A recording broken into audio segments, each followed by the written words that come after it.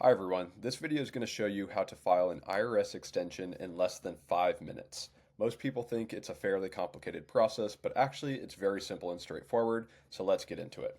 First, you're going to Google IRS file an extension. Anything like that is fine. You'll probably see a couple ads up here, but scroll on down to the irs.gov website and click Get an extension to file your tax return. You're going to see a lot of stuff pop up, but no need to worry about most of this. Just go down to the Use IRS Free File option. You're going to scroll down to Fillable Forms, and then you're going to hit Start Free File Fillable Forms, and then you'll hit that again, and you'll get put into this page.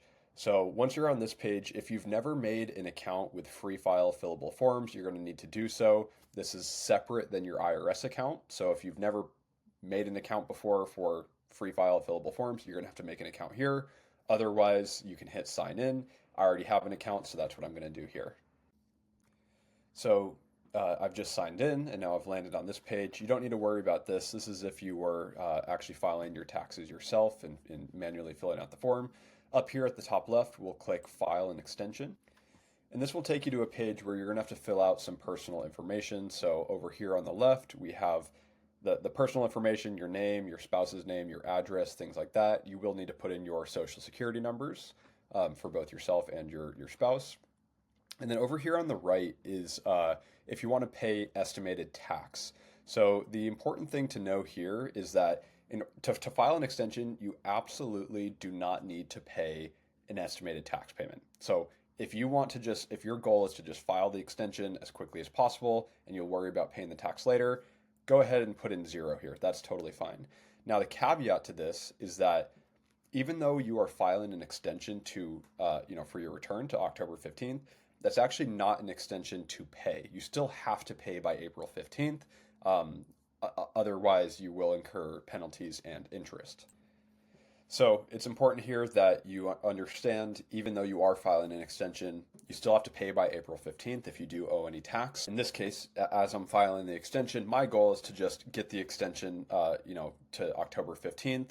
I'll worry about making the payment later. So what I'm going to do is I'm going to put in 0 here. Of course, if you wanted to make an estimated tax payment, maybe you know what you owe or what you think you owe, even though you're not ready to actually file the return until October 15th or later, after April 15th, then you can always make that payment. But if your goal is similar to mine, which is I'm gonna just file the extension, get that locked in, and then I'll worry about making that payment to the IRS prior to April 15th, I can totally do that. So I'm gonna go ahead and fill out this information. Okay, so I filled out that information and now I'm on to the next page here, and you can also hit save. I always recommend hitting save after you fill out some portion of the form. So now you're here and this is pretty simple. So you're gonna have to fill out a few things, just go one section at a time. So starting with section 1 here, you're gonna have to fill out last year's AGI. So the way that you can do that is by hitting Get Transcript link. It's going to take you to the IRS website. If you don't have an account, you'll need to make one. But basically, once you're there, you'll just take last year's AGI, whatever that number is. So if you're filing for 2025, you'll look at 2024's number, and then you'll plug that in here.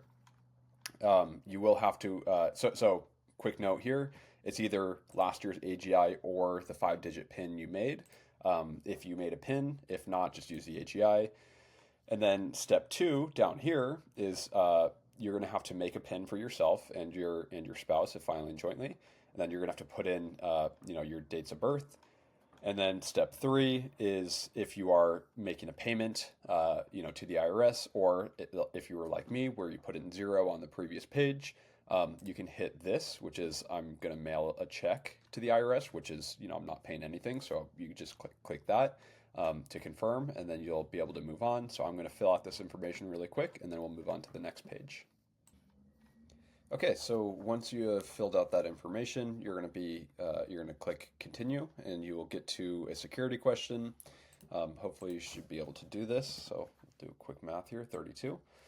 And then you are going to basically just confirm that you've read this disclosure, and you will click file an extension.